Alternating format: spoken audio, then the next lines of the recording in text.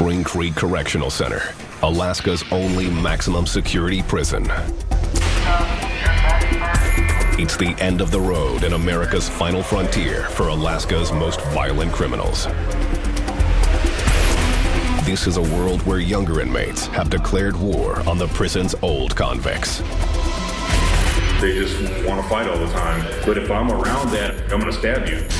Where inmates can suddenly erupt in violence. I'm gonna kill you. Welcome to the country club.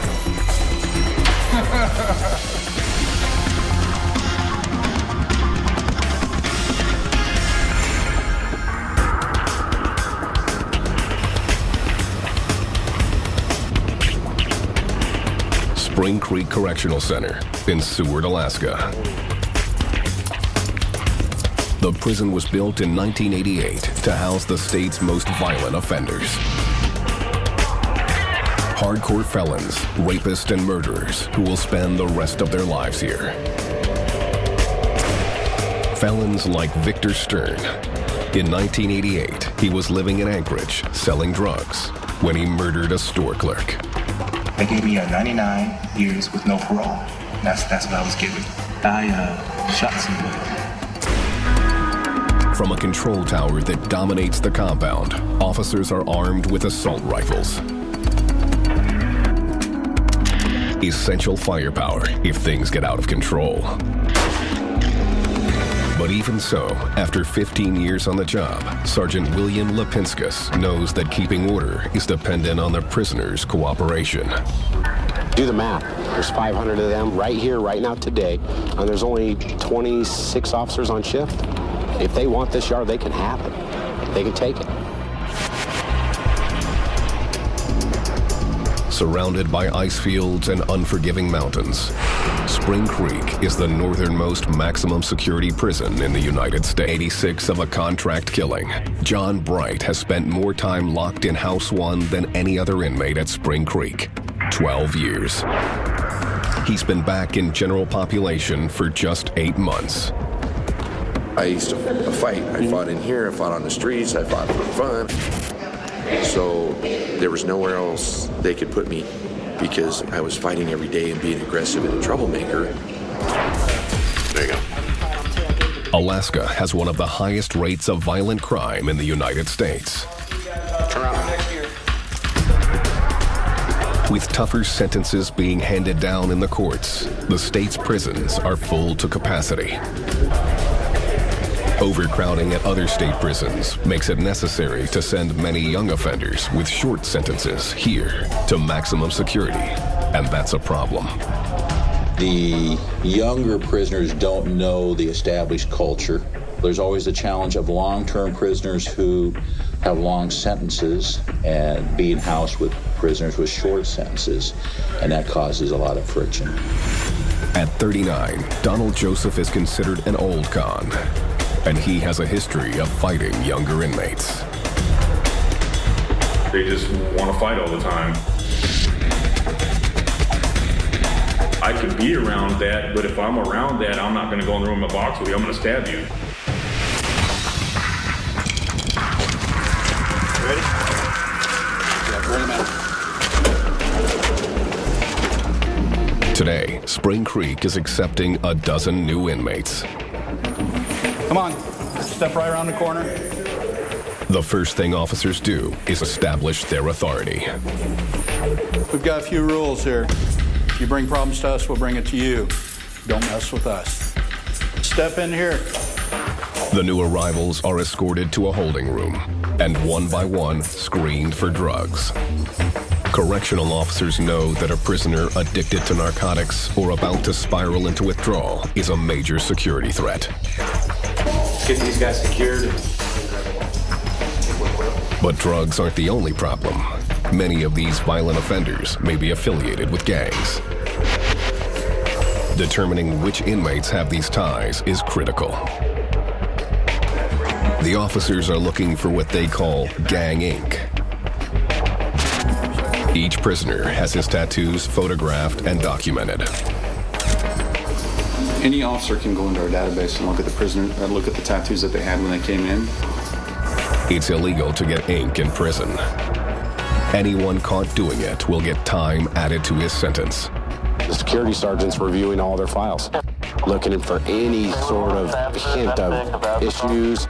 Maybe we need to put them right in the segregation unit coming from the van. Post 2, can you activate Post 3 and 54 Bravo, please? Prison officials are vigilant about young, more violent inmates with something to prove. Don't have to go. Come on. You. The younger kids that are coming through here, they act like this is a rite of passage, coming to prison. Lifer Victor Stern agrees. So you got all these young cats going in, so now the whole demographic has just changed. I mean, these guys don't care. They're just in and out.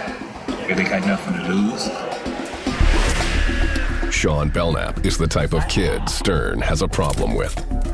He has a long criminal history of assault and auto theft. He's currently serving 40 months for violating his parole by driving while intoxicated. His short sentence means correctional officers and lifers will be watching him closely. Belknap, BELK, NAP. An inmate like Belknap would normally serve time in a medium security facility. But due to overcrowding and a reputation for violence, he's here at Spring Creek. I've been in and out of the system most of my life, so fighting has been a big thing with me. So usually I go to a medium facility, but not now. For Belknap and other new inmates, violent confrontations like this one in the gym are common as they try to establish their place in the pecking order. Officers use pepper spray and contain the fight within seconds. The perpetrators are led in handcuffs to segregation, House 1. Convicted murderer and lifer Ronald Smith has been in Spring Creek for the last 7 years. He's seen his share of fights started by young short-timers. So I got young punks running around here acting like they're all badass, and it's like, whoa, slow down, you know what I mean? Cool your jets. This ain't no game, man. You taking it like it's a vacation because you're going home in 60 days, in 1 year, 18 months, whatever it is. You know, I'm going for an 85-year, bid. This isn't fun. You know, I mean, and in real jails, people lose their lives behind these walls every day. The old-timers, they're used to the schedule. They know what to expect from us. We know what to expect from them. These new guys, they come in here and they act like we're going to reinvent the wheel just because they're here. And none of them want to do life. They want to just get a little taste of it so they can go out on the street and tell their friends, I've been to prison. They act like I'm in the big house now and I own it. Well, you don't. And then there are prisoners like these. The prison's 54 mentally ill inmates. Assigned to Echo Module in House 2, many of these inmates can be extremely unpredictable and violent. They can become unstable in a very short period of time from a person who recognizes you one day and has no idea who you are the next day. Up next, a mentally ill inmate snaps and must be restrained. And later, a new prisoner tries to gain status with his fists.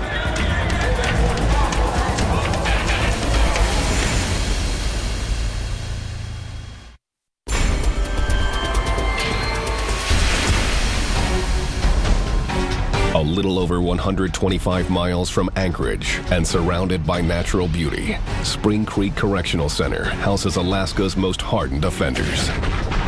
Lockdown!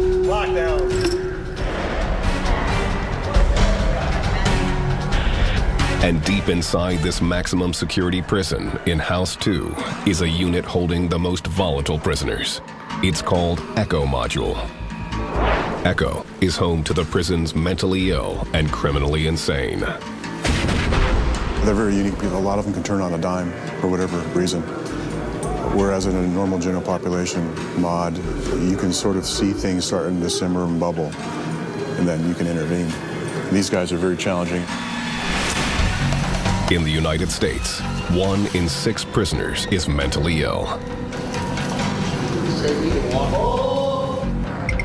And in Alaska, 12% of inmates exhibit mental illnesses like bipolar disorder and schizophrenia. Dennis Perry has the difficult task of keeping the inmates of Echo Mod from becoming violent.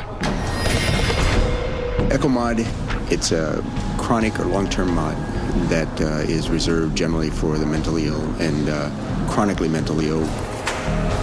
We try to have as many officers observing as we can. ECHOMOD exists to isolate these often heavily medicated inmates from the general population. It also keeps their powerful mood-altering prescription drugs out of other inmates' hands. There are a lot of people in the institution that would love to pass their time with some aid, and so medication becomes a real commodity, and they have to be protected from the rest of the population. Ernest Rogers is serving 85 years for attempted murder. In prison, his bipolar disorder is kept under control. Without medication, he could easily become violent again. I'm fully responsible for what I did to get in here, and I've always said that. I've never denied what I did. In ECHO, inmates have their medication regime strictly monitored. If they feel you're a security threat or a threat to the institution by not taking your medication, they're gonna lock me up. I need my meds no matter what. No matter what, I need my meds. Without those meds, Rogers was prone to extreme and violent behavior. During his first 5 years at Spring Creek, his outbursts often landed him here in House 1, the prison's segregation unit. I've been to the place, even in prison, to where I don't need these and screw these, and you know, this ain't gonna affect me that much. And you know, I did 2 years in House 1 for being non-med compliant and threatening people and stuff like that. Correctional officers know that they must constantly monitor prisoners like Rogers, who sometimes refuse to take their meds. Often inmates pretend to take them, but hold them in their cheeks, later spitting them out. It's called cheeking, and it's led to trouble with Ernest Rogers. If you watch him, he cycles. And about every 2 years, he's either cheeking it or not taking it at all. And he starts getting aggressive in his tendencies. He's a big guy, so he stands out. And I think because of his size, it usually ends the same way. It ends in having to take him down with force, and it usually starts with him swinging on one of us. And it takes 5 of us to get restraints on this guy. This video footage captured by prison officers reveals what can happen when an inmate stops taking his medication. After refusing to take his meds, the prisoner snaps. Within minutes, he's extremely aggressive. Stand up, 1, 2, 3. Strapped into an emergency restraint chair, he continues to resist. Screaming, the prisoner spits at the officers, possibly exposing them to hepatitis or something even more serious.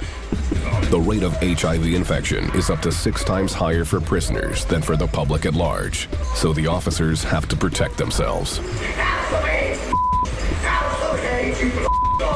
They cover the prisoner's head with a spit hood. I'm gonna kill you. I'm gonna kill you.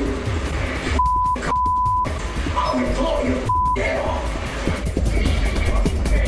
Officers are not allowed to give details about this inmate, but they say he has since served his time and has been released back into society. There are also prisoners who aren't mentally ill, but are simply too violent and disruptive to be in Spring Creek's general population. They live in a tightly controlled, specially built unit, House 1, that segregates them from other inmates and allows correctional officers to control them. And they're there until they're appropriate, their behavior is appropriate, because they're not going to let them disrupt the general population. Welcome to the country club. Coming up, Prisoner Dranquist, give you a direct order to cuff up now. the prison's most violent offenders face 23-hour lockdown. 31, you got crew in Gulf 13. And later, correctional officers perform a cell shakedown. What's this? Bingo.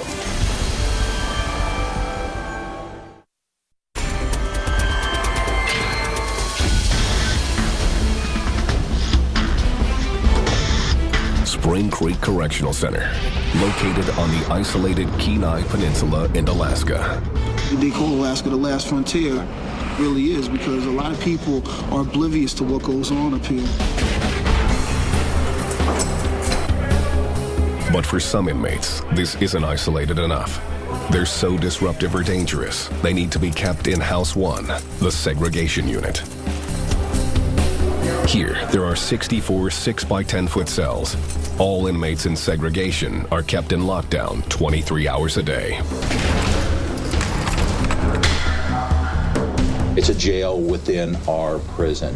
House 1 also houses our maximum security prisoners who have been classified as disruptive to the facility, a danger to other prisoners. Each prisoner here is allowed 1 hour outside of his cell for recreation. The small individual exercise spaces are surrounded by concrete and razor wire. Get in on the wall. Do it now. Okay. Going House 1. For what? Fighting and violent confrontations like this one, captured on closed-circuit TV, are among the top reasons inmates wind up in segregation.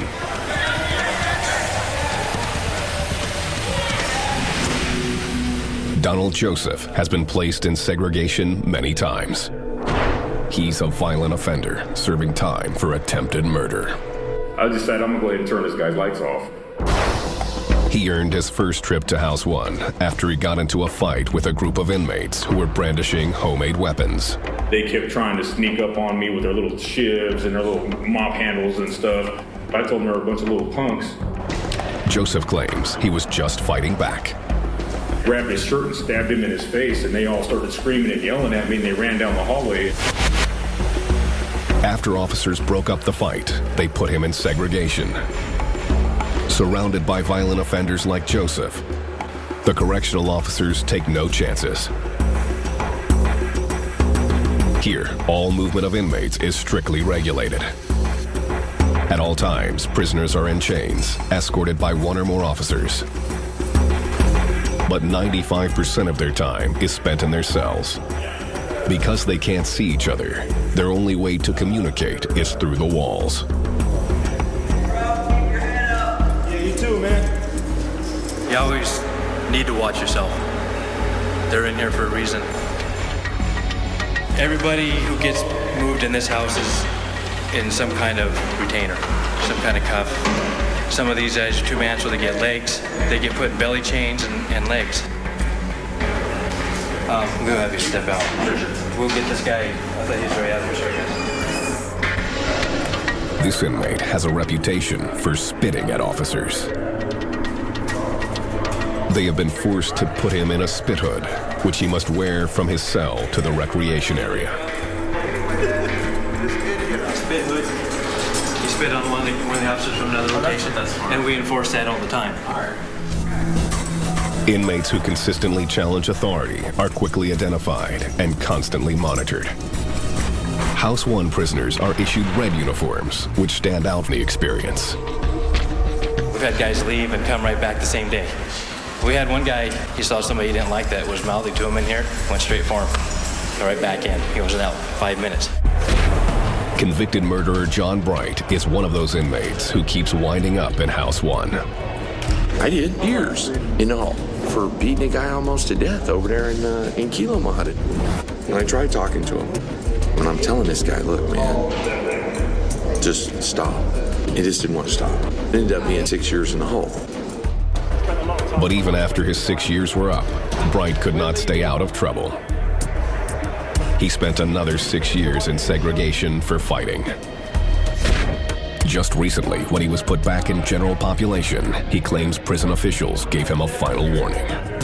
I can fight. You can look at my hands. They look like they've been down the ringer. And they are beat up. But they told me, if you hurt one more prisoner, just one more, I'm going to put you in a hole and never let you out until you die.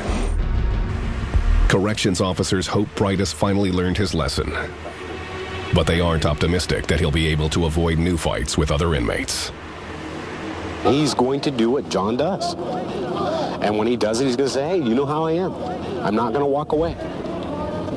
Sometimes a guy just needs a good ass kicking. That's what John will tell you. Next, officers deal with a new threat, the battle between young and old inmates. Shields down. Rock and roll. And later, what happens when an inmate refuses to come out of his cell?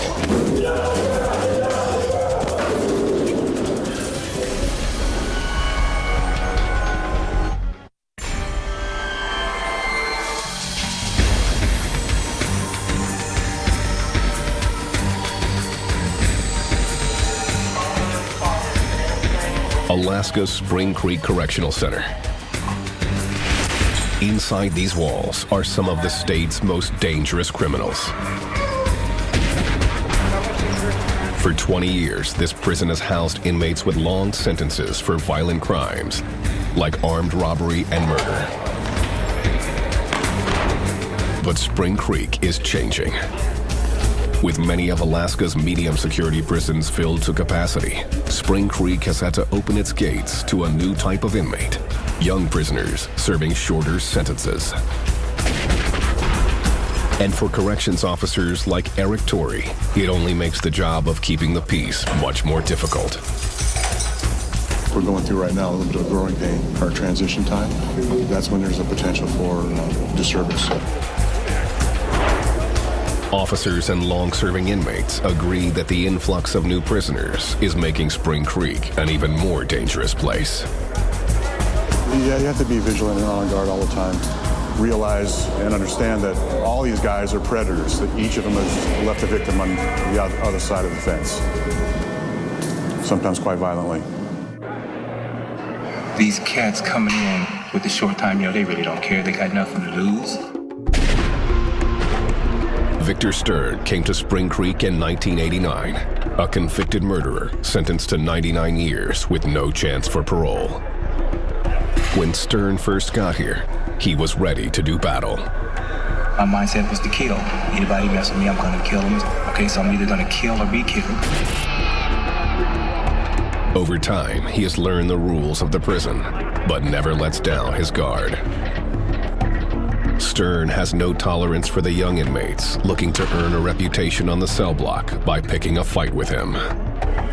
For these new inmates, this is called making bones.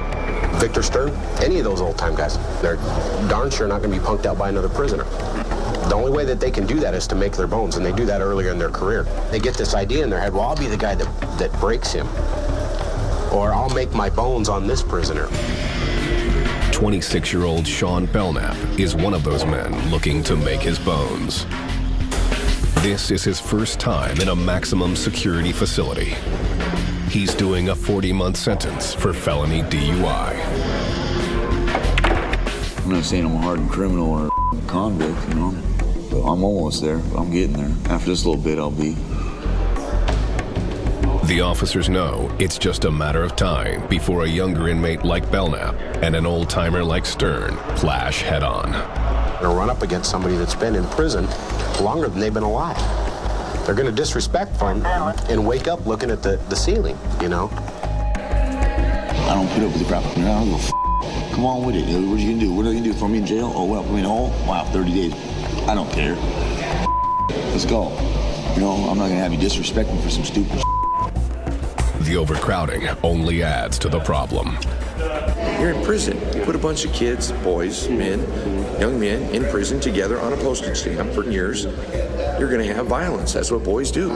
I'm cool with that. And that's how crazy it is here. John Bright has been attacked by a younger inmate in Spring Creek.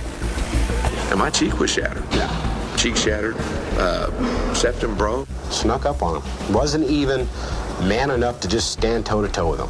Just snuck up from behind. The officers know what that violent young inmate had in mind. He gets grief based on just his reputation. I'll make my bones off John Bright. I'll beat up John Bright. That'll get me some respect on the yard. But it didn't work out that way. Bright quickly got the upper hand. Ricky Nelson was one of the first officers on the scene. Bright was on the ground with the other prisoner, and he was getting ready to start tearing him up. And the kid, there was nothing he could do, and it was not going to be a pretty sight because the kid was not going to win. There's an old saying, if you knock me down, pray I stay down. But Bright maintained the prisoner's strict code of silence, even though he was the victim of an attack he didn't register a complaint against the younger inmate. When you're done being a thug and want to go just break the law and lay up in the cut, come holler at us. It's the us and them thing, and so I can't tell on him. You don't do that. Black guys don't tell on black guys. White guys don't tell on white guys. It's the rules, our rules. Those unwritten rules mean that prisoners will find their own ways to get back at their attacker. It also makes the job of investigating what happened very difficult. The standard response is, to questions of a black eye or physical injury is, oh, I got that in basketball. That's the standard response. Older convicts like John Bright and Victor Stern know that another fight is always just around the corner. We're all smiling. 3 minutes from now, we'd be standing here talking. Somebody would be able to get their head beat in. It could happen at any time because you don't know what's going on in somebody's mind. So it could happen. You never doubt that. The tension of inmate-on-inmate violence is constant. On this day, there's a fight in the gym. You guys want to see if we got a fight here? Through the window? It is the second fight of the day. Both of these inmates are headed to the segregation unit. Dealing with guys that know how to do time is a lot easier than dealing with guys that don't know how to do time. No matter what the threat, officers try to stay one step ahead of the 500-plus inmates who have nothing better to do than hustle and scheme. In prison, there's a dangerous black market in tattoos. Next, officers try to keep a lid on this illegal activity. What's this? And later, Spring Creek Cell Extraction Squad trains to respond to an inmate on a rampage.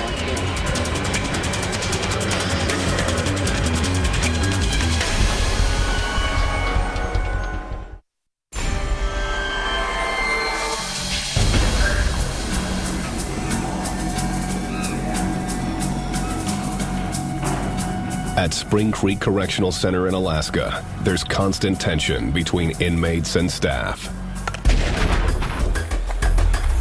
To keep the peace, correctional officers need to maintain tight control. Closed-circuit cameras caught this fight in the entrance to the gym.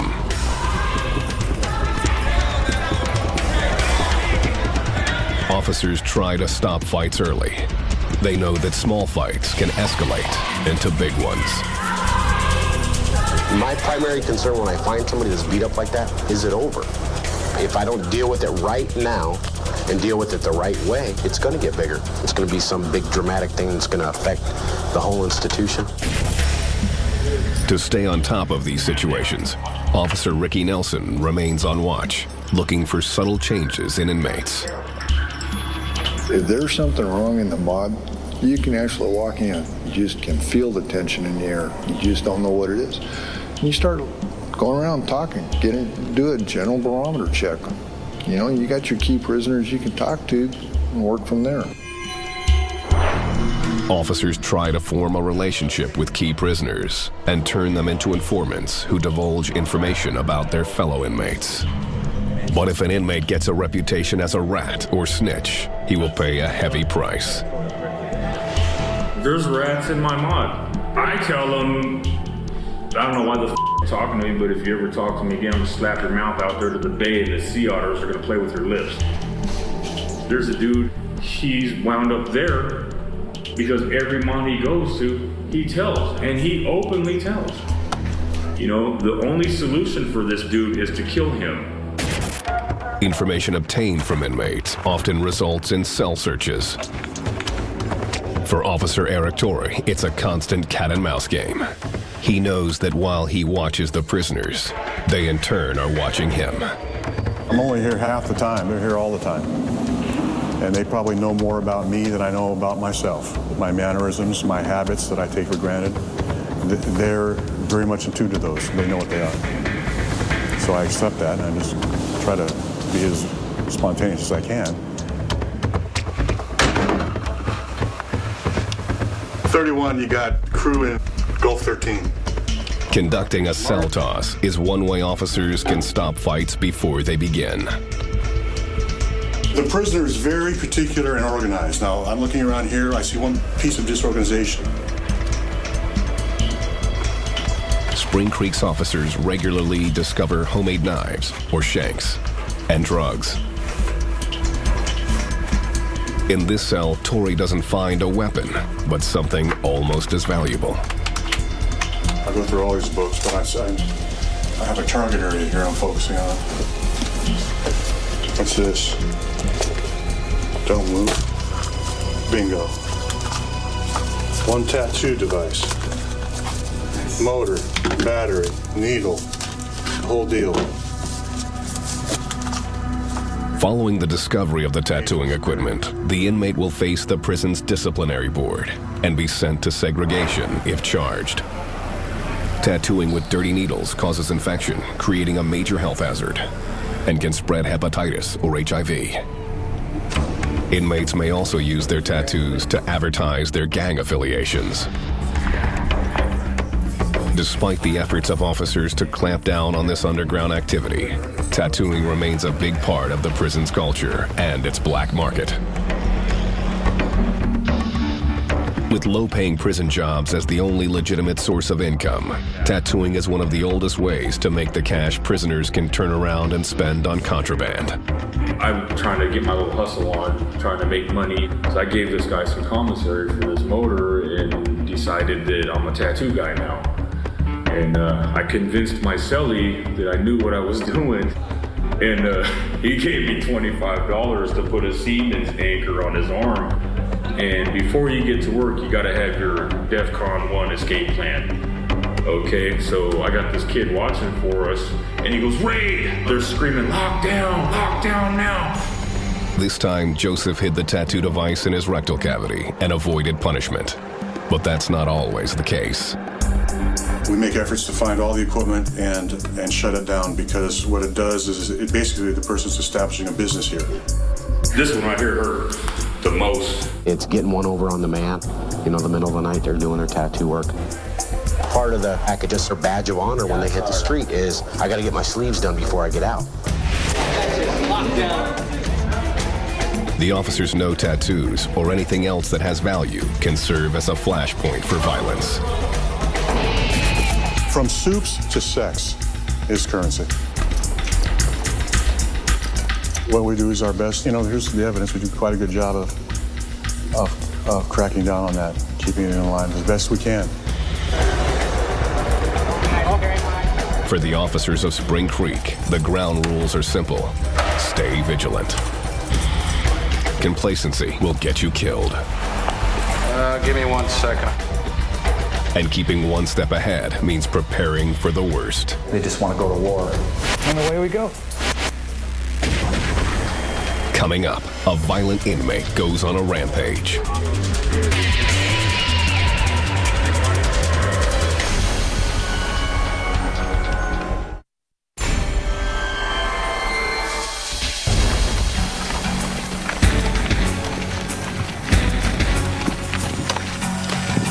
The #1 job for officers at Spring Creek Correctional Center in Alaska is to keep the peace.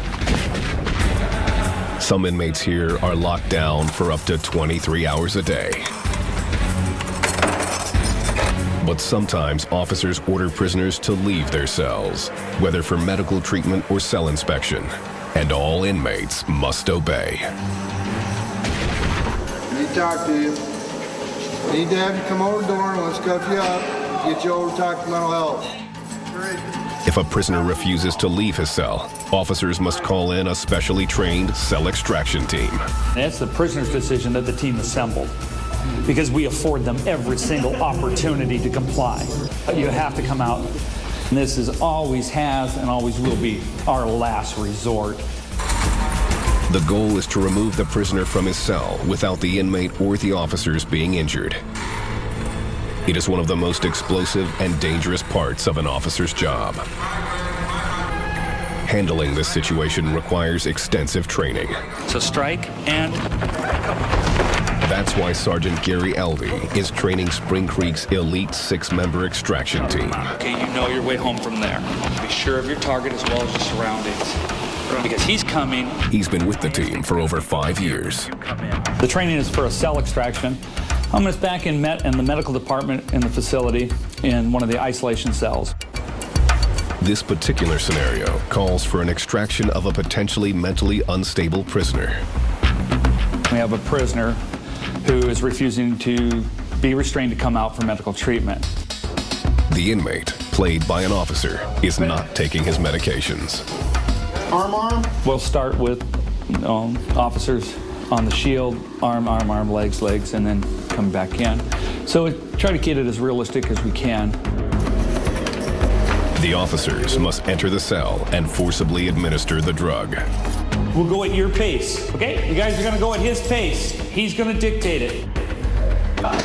First, the officers order the inmate to put his hands through the hatch so he can be cuffed.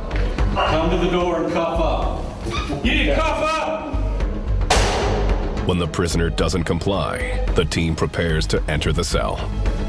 They secure their protective helmets, vests, and shields. Shields down. Rock and roll. Then they enter the cell. The team swarms the prisoner and takes him down. Stop resisting! Stop resisting! They restrain him with cuffs on his wrists and ankles. Then they lead him out of the cell and administer medicine without injuries on either side. This drill and others like it are repeated until LD is convinced the team is prepared for any move a prisoner might make. Stay focused. Line up, get your position, get your tools, tap in. The most dangerous extractions often happen in the segregation unit. That's what happened with Donald Joseph, who's serving 26 years for attempted murder. While on lockdown in his cell, Joseph was accused of refusing to give up his food tray. It was a small but important challenge to the officers' authority, and they called for an extraction team like this one. They'll just get on the radio when they're picking trays up at dinner time and say, so-and-so refused to give us his tray. And then they'll put the curtains, they got black curtains, they'll put them all over all the windows so that nobody can see. To make sure Joseph wasn't trying to lure them into a fight, officers preemptively used their most powerful non-lethal weapon, a pepper spray gun. They're being transferred out of state to make room for other inmates in Alaska's crowded prisons. We're waiting for one more record from medical. And as they leave, new prisoners, among them the young and violent, enter the tightly packed cell blocks. We're going to try and get probably about 30 out of here in the next week, which means they'll bring us 40. The nature of the beast. So we're getting ready for that. Expecting them around 1 o'clock. Out with the old, in with the new. It's how things work at Spring Creek. Back up to the guy in the wheelchair there. Maxed out. Really? When they get here, they're happy to be here. Especially these young guys walking in here. This is a badge of honor. Now they got to go show that badge off. That's the same guys that brought them here the first time. Here we go. You know. Welcome back. Yeah. Sad. I've been in 20 years and I've seen guys come in 10 times, just back and forth. It's just a revolving door. Every 2 or 3 years, you see the same guys coming back and forth, back and forth.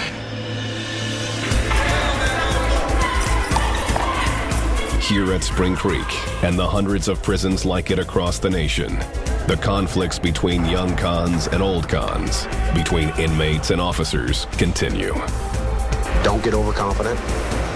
Don't think that, oh, they're never going to get one over on me. Every day, someone's going to try. And every once in a while, it's going to happen. My job basically is to enforce the rules. What's fair is fair. What's right is right. What's wrong is wrong. And like I said before, if the prisoners have it coming to them, the answer is yes. If they don't, it's no. And there really isn't much gray area in between. At Spring Creek, every day holds a new challenge for the officers and the possibility for violent confrontation. For them, the goal each day is the same. Stay alive and keep the peace. I'm gonna kill